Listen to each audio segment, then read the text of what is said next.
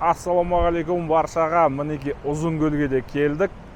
Негізгі менің Турцияға ең басты, ең алғашқы көргім келген жері, барғым келген жері, өзімнің ішкі негізгі ниетім осы Ұзынкөл болған.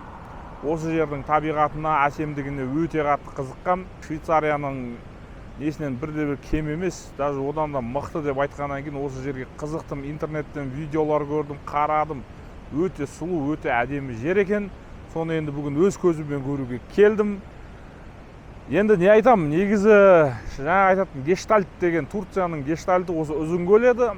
Ал Стамбул, Каппадокия дегендер енді олар уже проходной не. Турция деген кезде көпшілігінің ойына, басына келетін нәрсе ол сол Стамбул және де Анкара, Каппадокия дегеннен кейін ақыр келгеннен кейін соларды да жауып және көріп кетуді мақсат тұтып, бірақ Түркияға қойған мақсатымды, главный гештальтымды дәл қазір 7-8 километрден кейін жабайын деп жатырмын.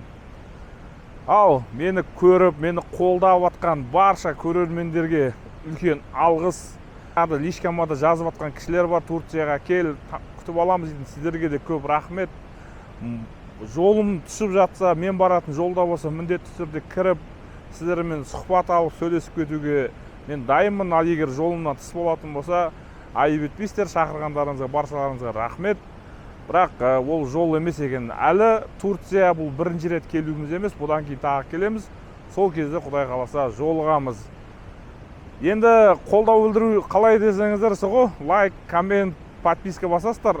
Ал таныстар есілші Каспийді білесіңдер ғой.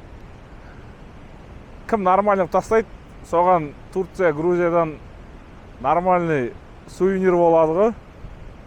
А кім тастамаса сувенир жоқ.